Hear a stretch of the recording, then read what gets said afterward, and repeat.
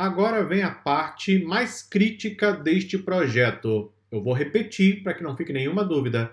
Agora vem a parte mais crítica deste projeto, que é a compreensão das variáveis, ok?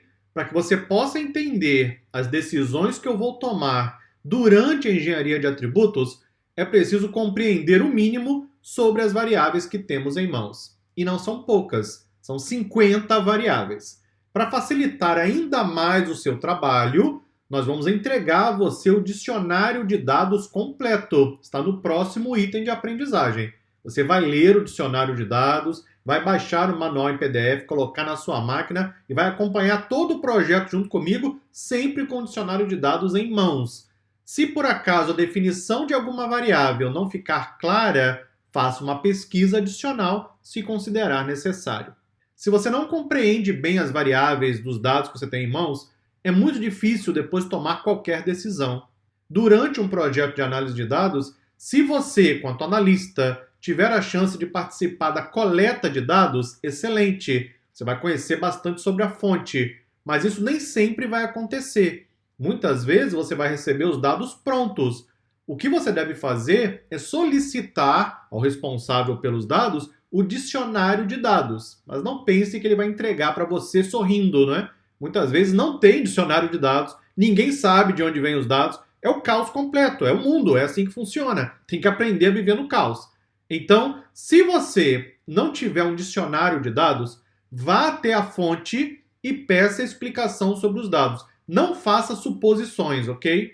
Isso é um risco imenso para as decisões que tomaremos na sequência. Vamos conversar mais sobre isso. Vamos lá para o Jupyter Notebook. Observe que tecnicamente não tem nenhuma complexidade, não é? Estou carregando o conjunto de dados, utilizando a função readCSV do Pandas. Vamos dar uma olhada no Shape. Temos 101.766 registros, ou linhas, e 50 colunas. Vamos dar uma olhada no Head, com a amostra dos dados. E o que nós temos aqui? Temos o ID do encontro. Pronto, agora. O que é o ID do encontro? Que é o Encounter ID. Os títulos estão em inglês, porque o dataset original, claro, em inglês, são dados reais dos Estados Unidos. Mas o que é um Encounter ID? O que é um paciente NBR? Bom, race fica mais ou menos fácil compreender, a raça de cada paciente. O gender, exatamente o sexo. Temos a idade, mas observe como está a idade, olha só que interessante. Eu não tenho a idade exata, eu tenho, na verdade, o quê? A faixa etária. Aí vem aqui a coluna que representa o peso. Ah, mas eu não sei nada de inglês. Não sabe, aprende, aproveita a oportunidade. Abre um tradutor de texto, pega aqui a palavrinha em inglês, coloca lá no tradutor e ainda aprende inglês por tabela. Olha aí, sensacional, não é? Isso aqui é o peso. Aí eu vou perguntar para você, o que significa isso aqui? Interrogação no peso. Isso aqui é valor ausente, não é isso? É a ausência de informação. Tem o dado, que é o caractere interrogação, mas não tem a informação. Isso é um valor ausente. E aí nós temos uma série de colunas, esses 3 pontinhos aqui no meio indicam que temos várias colunas intermediárias, o Pandas compacta tudo isso, né? E mostra depois as variáveis lá no final. Esse dataset, ele é excelente, sabe por quê? Porque ele tem muitos problemas, muitos, mas muitos problemas. Ou seja, um excelente dataset para quem quer praticar engenharia de atributos e limpeza de dados, que faremos inclusive já no próximo vídeo. Por isso foi a nossa escolha para este projeto. Mas o que eu preciso que você faça agora?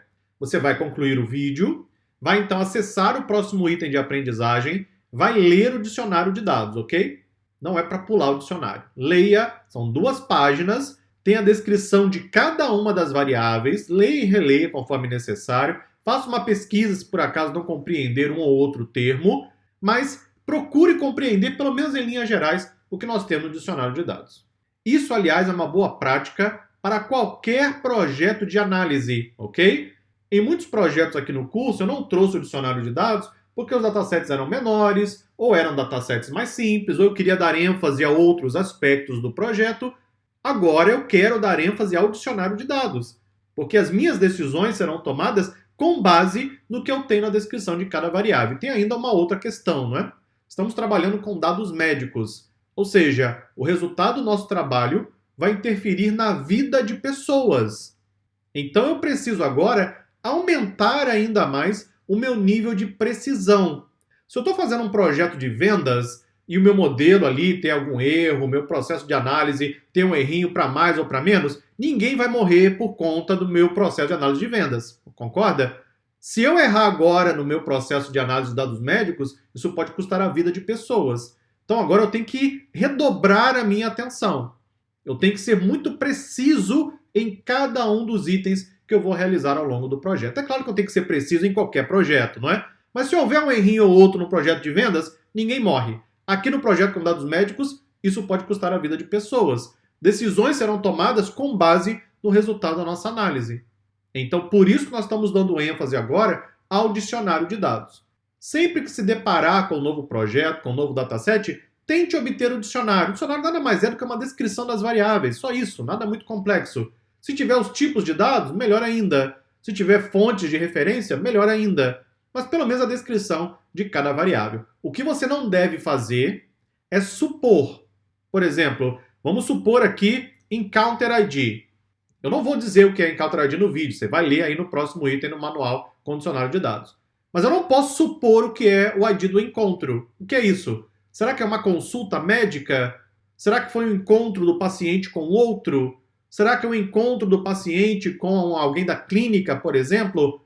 Eu não posso fazer suposição. Eu tenho que identificar exatamente o que é essa variável para depois, então, tomar as minhas decisões. Isso vale para as 50 variáveis nesse conjunto de dados. Para finalizar essa etapa, vamos dar uma olhada no info.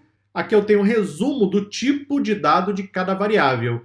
Veja que o tipo é definido pela linguagem Python. Aqui em cima, quando carregamos os dados, nós não colocamos nenhuma definição sobre o tipo de dado. Então, o que a linguagem Python faz? Ela olha, por exemplo, para a coluna Encounter ID. Opa, tem valor numérico, deve ser um int 64. Mas será que a linguagem Python acertou? Veja, a parte inteligente do processo é você, o analista, não é a ferramenta. Não é para confiar cegamente na ferramenta. A linguagem Python disse que é int. Tá, mas você validou? Você verificou? Você interpretou cada variável?